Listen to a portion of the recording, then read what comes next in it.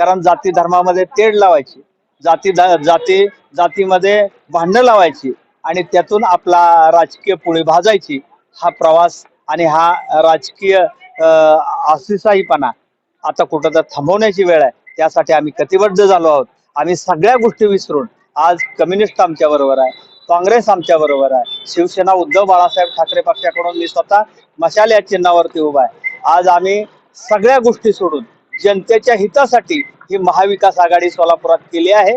मला निश्चित खात्री आहे की येत्या 15 तारखेला मतदान झाल्यानंतर 16 तारखेला ज्यावेळी मतमोजणी होईल त्यावेळी महाविकास आघाडीचा झेंडा फडकलेला असेल. डावलल्याचा फायदा आपल्याला होईल. आणि ते तर आहेच. भाजप मधले लाताळे आपण बघताय.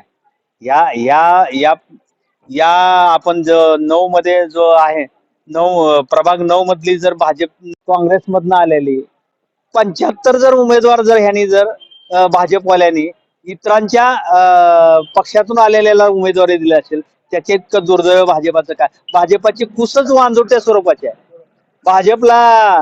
भाजपला स्वतःला काही होत नाही, अपत्य होत नाहीत म्हणून लोकांची मुलं मांडीवर घ्यायची, ती मी त्याचा बाप आहे म्हणून पेढे वाटायचे, अशा अवलादी निर्माण व्हायले. खरोखरच ते अत्यंत चुकीचं आहे. आणि भाजपवाल्यांनी ही आगोरी प्रथा राजकारणाची खऱ्या अर्थानं सुरू केली आणि ती आता बंद आपणाला करायची आहे. सोलापूरची संस्कृती बिघडण्याचं काम महापाप भाजप सध्या करत आहे. उमेदवारी माघारी घेण्याच्या कारणावरून जर हत्या होत असेल, असं कधीही घडलं नव्हतं. पहिल्यांदा हे 2025-26 ची निवडणूक आहे. इथं उमेदवारीच्या कारणावरून जर हत्या केली जात असेल, रक्तपात केला असेल, तर ही रक्तपिपासू संस्कृती गाडण्यासाठी आता महाविकास आघाडीला विजय केला पाहिजे.